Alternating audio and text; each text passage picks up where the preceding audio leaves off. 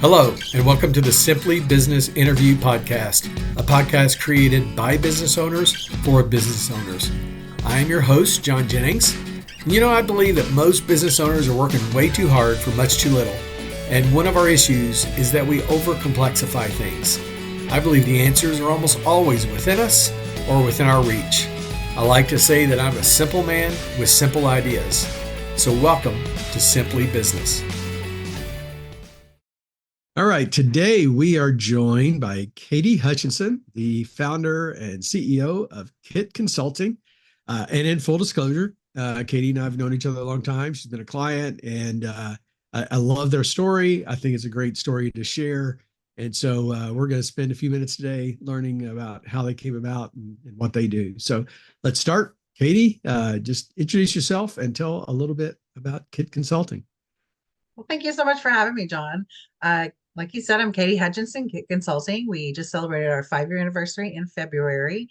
So company's 5 years old, and we do IT project management and consulting. And I know that word consulting is so saturated, I think, in the marketplace of, businesses, but we've had it kind of there. But we love to be technology matchmakers. We love to solve business process problems and issues. We just like to do it using technology. Technology is just the sword that we use to fight business process problems, is what we like to say. Very cool. So I like that phrase. It's just a tool. It's a sword. It's a tool. It's just a tool. Just one of many things. And y'all chose technology as your primary tool. So 5 years, that puts you in rare air because most companies don't make it past the first. So you've survived that. What inspired you initially to take this risk to go out and form this company?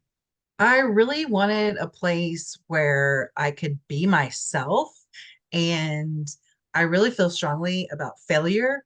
I feel strongly that failure is how we learn and how we grow as people. And I feel like a lot of places just don't give their people room to fail and to grow and to just be themselves, and really put learning front of mind as being important.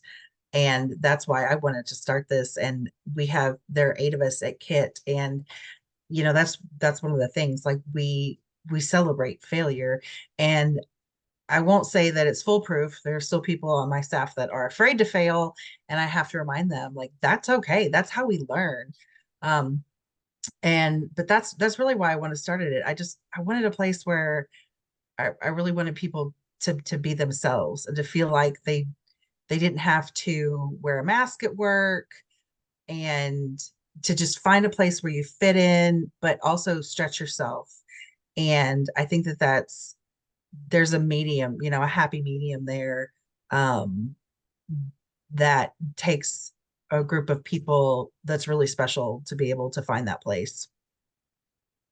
Very good. So in this first 5 years, what's been the biggest surprise to you as a business owner?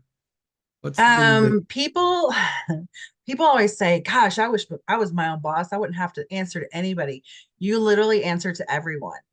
If you're the boss. If you own a company, you answer to your clients, you answer to your employees, you answer to your family when they're like, why can't you work from home? You can't just stop what you're doing and do this, and now. And so that's probably the biggest thing. I am more stressed out owning my own business than I ever was, I think. But it's a different kind of stress. It's like a better stress, because I'm doing it for the right reasons, because I'm doing it for me and people I love and people I cherish.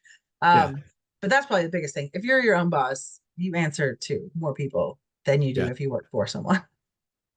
It's funny you said that stress comment. I remember one time, after spending 25 years in corporate America and then, in the small business world, and I said, the way I described it was, corporate America is like full of all this manufactured stress. Like, we've got a deadline of August 1st. Well, does it have to be August 1st? No, it just, we have a deadline of August 1st. We have to be done, or we have this budget cap, or we have this, all these different manufactured reasons to get stressed. But in small business, it's stress. It's like, oh, I've got to pay my team. Yes. I've got to pay the I, rent. It's real stress, but I don't know. You handle it different. I don't know. Any thoughts on that? I think it's worth it. Like when you have the corporate stress, you're right, it's manufactured. When you're in the corporate world and they're like, oh, you have to have this done by Friday, and then somebody doesn't have it done, I'm like, oh well, the real due date's next Friday. Or even in the project management world, I used to think, how can people not get projects done on time? Well, there's lots of reasons why projects don't get done on time, but that small business stress, like you said, making payroll, because as businesses you do have those ups and downs, whether to take on investors, whether to go this direction or that direction. I think the stress is worth it, because it's stress, number one, you created because you hired these people, but it's stress that's working for your goals, and stress that you can let go of any time. At any time we could sell our business or let go back to the corporate world, um, work for someone else. And I think that's what allows you to handle the stress better. Mm-hmm. Yeah, well put. Yeah. So one thing about you that's a little unique is you are a woman-owned business, but also pretty much a woman-staffed business. Most of your team We are are. female, but you're in a male-dominated world, IT world. No, I don't know what the breakdown is, but it's always been pretty male-dominated. How do you deal with that? What's your thoughts on that? Are you seeing a change? That sort. I'm definitely seeing a change. I was at a networking event, a DevOps thing, a couple weeks ago, and a lot more women there, which was really awesome. It wasn't quite half and half, but it was almost 60-40, I think, and that was Mhm. really awesome. I met another woman who owns her own computer and managed service provider business, and she had the experience where somebody came in and was like, hey, is the boss man here? And like, you're looking at him. And I do get that a lot. And I have a client or two that does respond better to men. I only have one man on my staff. He's my developer, and the other seven of us are women. And I was talking to a guy recently. He's like, "Oh, I'd much rather work with women." And I'm like, "Well, I think having having worked with all women for 5 years now, almost all women, it has its challenges too." And John, as my business coach, knows that. And so I think always having that multi-gender, it's always good. You never want it one more than the other. But at first it was, I let my feelings get hurt a lot, Yeah. but then I realized a lot of us we were raised certain ways. And I've had the comments where like, oh, is that your husband's business? Or, oh, do you work with your husband? Or and so I let my feelings get hurt a lot. But now I'm like, no, it's just me. It's not just me. I have a wonderful staff, but it is 100% woman owned. And then you do have those women owned businesses that are like 51% the wife and 49% the husband. And so I think that's why people think that, Yeah. especially because it's technology. And But you're not even that way. You're 100%. 100% women owned. And it's 100% owned by me. And but I think that I see people and they're like, you own a tech company? Like what? And I'm like, yeah, I do. I love technology. I love math. I love learning. I love inspiring to people to learn. Self-taught coder, it's great. I never want to stop learning. And I don't get my feelings hurt so much, but I think that you just get out there um, and I think that more women are in tech now, and it's not as lonely. Yeah. I interviewed a lady not long ago, a young lady that was in the construction business, and she's like, I just had to put on tough skin and just, You do. not take it personally. Because most of the time they don't mean it personally. Even I was at that DevOps thing, And there was a gentleman there. He's like, "Why are you here?" I don't know. I I own don't it. know. Why are you? Right. I found it. He was in marketing and sales. I'm like, "Why are you here? Like, this is, you know, um, but I didn't let that hurt my feelings. I'm just like, I've come a long way from, you know, being a one person shop, and I love to learn. I love to meet new people. So Yeah. yeah, you put on a thick skin and just go, meh. Yeah. So, one thing I know about you is you've got some niches that you kind of focus on. And so, tell us, how did you kind of find that? Tell me what it is. How did you find that, and what do you do in that area? I think one of the greatest things about our team is everybody has something they're really good at and has they've really dived into it. And one of the things I love to do, I love to work with electronic health records, specifically MyEvolv, because it's such a great product. It's a NetSmart product. And, whether it's behavioral health, mental health, or even if you have like a CCBHC situation where you have a primary care doing behavioral health or behavioral health doing primary care, it's a great system. And I love customizing that system and doing automations and coding in that system that really allows staff the time to get back to their clients. I when I'm at the doctor and they bring their laptop in and they're making their notes and things like that, I want it to be as short and sweet for those Hmm. staff members as possible. I never want them to have to do double entry. I never have to want them to enter something that somebody else has already entered. And a lot of time they ask the questions to verify, right? But there's also a lot of times those questions are asked 2 and 3 times because there's 2 and 3 times in the system that those questions have to be answered. Right. But rather than documenting 2 or 3 times, I like to set it up to verify 2 or 3 times, Hmm. and so that we're clicking buttons instead of just typing, and putting in those voice to text options, and doing those codings and getting those reports back that help the finance team, and setting up billing so everything's automated, so things aren't going out that aren't supposed to, and if it's supposed to be billed, it's getting billed, so they're getting all that money from Medicare, Medicaid, private insurance billing. They're getting all the numbers they need for grants and things like that. I love numbers, and I love making things work for people so smoothly that they remembered why they took this job in the first place. Because nobody takes a clinical job to do clinical notes and Right. to schedule people and to remind clients to show up and things like that. Yeah.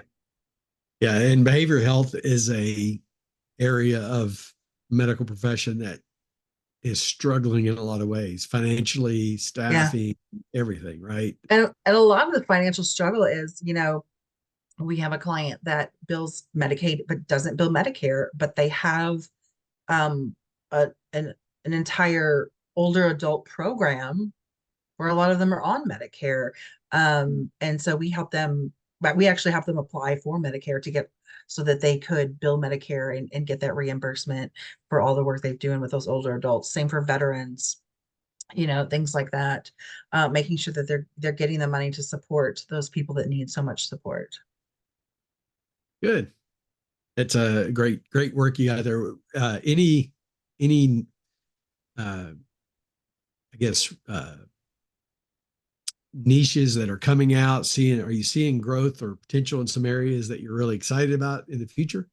I just went to a Great Lakes Women Business Council event up in Indianapolis, and I love to getting together with other women business owners.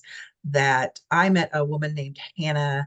Um, I think Kane is her last name. She was born in Denmark, and she started Alum, which is this huge manufacturing business. They're actually out in Fremont, but they have a Indianapolis location.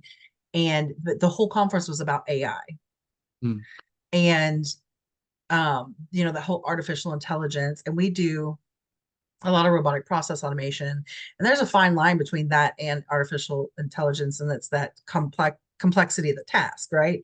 You can Right. get a computer to do pretty much anything a human can do if it's, sit down and be at a desk type of thing. But now with AI, there's that more complicated problem solving abilities. And So we're really kind of ramping up our robotic process automation to include more of that artificial intelligence and to include more of that AI. It's very exciting. I know you and I had the Chat GPT Yeah. conversation where at first I was like, and even my developer was like, but now he uses it all the time to clean his code. I use it to Right. clean my code. Um, and people use it for lots of different things. And I don't think it's going to take over the world in a bad way. Um, But it's uh, certainly making a lot of our routine task easier. yeah, I like to say that technology doesn't replace people, it replaces processes. Um, you know, I mean, the days of hiring people to do straight data entry, I mean, there's so much more tasks they could be doing to help your business. They could be doing, data clarification, verification. Um, there's so many other things that they could be doing besides the things that AI or robotic process automation could be doing. Yeah. So since we're talking about kind of future stuff, what about the Mhm. future of KIT? Where do you see it going? What's some of the things you're excited about? So we are all across the states. And so there's a couple of states that we're not in that I would like to get into, just because we love to, help out all the behavioral health counties and states that are there. So there's a couple that we haven't hit yet. Would love to, go international. That's always been a dream of mine. For the future, just really getting our name out there to be the business that's going to, help your business be a better business. And we love to make people feel comfortable with technology. And everybody hates change, even us in technology. We hate change. MyWeather.com, the National Weather Service, they did an update on the app, and I hate it. I Yeah, hate the interface. I do Uh, too. right? Why did they think that that was okay? Number one, to do without asking That's me. funny. I thought I was the only one. No, it's me. I hate it. Buttons are at the bottom now. I'm like, just put every anyway. I digress. But I like making people feel comfortable with it because anybody can learn it, and digital literacy is a passion of mine. It's very important. Yeah. No matter where you come from, what age you are.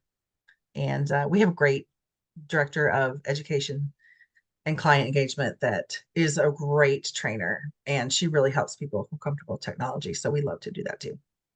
Hey, you said earlier that you kind of taught yourself to code Mhm. and you've kind of referred a couple of times to this kind of ongoing growth and learning. So what's the secret to that for you?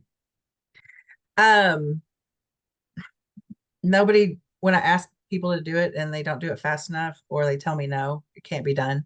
I hate hearing the word no, it can't be done. And so I just started teaching myself in small ways, SQL coding and some other languages, just because I wanted to be able to fix things myself. And there's great online resources out there. WW3 School is a great one. And really, you just ask ChatGPT and it will help you too. And um, just the little, it's like start small and just keep practicing and practicing and practicing. And it's just like learning another language, except you don't have to learn how to pronounce it, which is great. Uh, and the rules are a lot simpler than learning another language. And I love languages. So for me, that was easy. But I just started small, the little things, learning how to, what different symbols do. And I love learning. So last question, Mhm. so is I ask kind of the same question everyone. What advice would you give to that person that's thinking of diving into the world of owning a business, starting a business, whether it's technology, whether it's say it's another young lady like yourself? What would you say? I would say definitely get yourself a coach. Thank you. Hire John Jennings. Also surround yourself with people that are going to support you, but not always tell you yes. Mm. Not necessarily tell you no, though, but People that will challenge your thinking. people that'll challenge your thinking, and people that you can count on, and people you can delegate to. That's definitely one. Don't try to do everything yourself, Yeah. because there's so much you don't know. Yeah. And it doesn't matter if it's a small business. There's so many things that you can outsource, little bit at a time. But definitely somebody who is coaching can help you start that, and you don't have to have a full plan to get started. Yeah. Just get started. In fact, Yeah. there's that book. What's the book? Is it Think and Grow Rich, that says you don't have to have a whole plan, just start. Yeah. Just do it. I'm not sure if it's in there. It may there. That's been written a couple of times, but It has. getting, start the ball rolling, and you'll figure it out as you go. Well, and the other Exactly. thing, kind of, I think along the line of what you're saying, is your team complements each other very well. You've got different It does. strengths. Mhm. You're not all alike. And I see business owners sometimes that go find 4 or 5 people that think just like them, Don't do that. and then they get And they get into trouble because they get right, that. and hire on those soft skills. It doesn't matter what their resume looks like or what education they have, or what. I have people who have bachelor's degree, master's degree, or have no degrees, and their degrees in this, and they do. It doesn't matter. The soft skills are so important. If they are willing to learn and willing to get in and willing to take on work, just hire them, because that's the people you want. You want the self-starters. You want those people who are independent and flexible, and like you said, if I was working with a bunch of me's, we would have already crashed and burned. Hey, thank you for your time today. Thank For you. listeners out here, if you want to reach out to Katie, if you've got a software need, IT need, a process need, and whether it's in the EHR world, MyEvolv world, or just any other type of industry, Katie's a great resource. Katie, how should they get in touch with you? What's the best ways to get in touch with you? You can go to our website, KHITconsulting.com. That's KHIT, which actually stands for Katie Hutchinson Information Technology. Lots of people don't put that together. KHITconsulting.com, or khutchinson@KHITconsulting.com. Excellent. Or I'm on LinkedIn or Facebook, all the things. Yeah. We'll add all those contacts in the show notes. So thank you again for your time today, and thank you. Enjoyed the conversation. Thank you for listening to today's episode. If you liked it, please share or like it on whatever platform you use. You can find me on social media. On most platforms, I'm John K. Jennings. My first book is also available. Your Baby is Ugly tells you about 10 truths that business owners need to hear, but often won't, and how to overcome them. You can find it on Amazon. Just search for Your Baby is Ugly. And be watching for our next episode, where I'll interview another business owner who will share their stories and insights into what it's like to create a great business.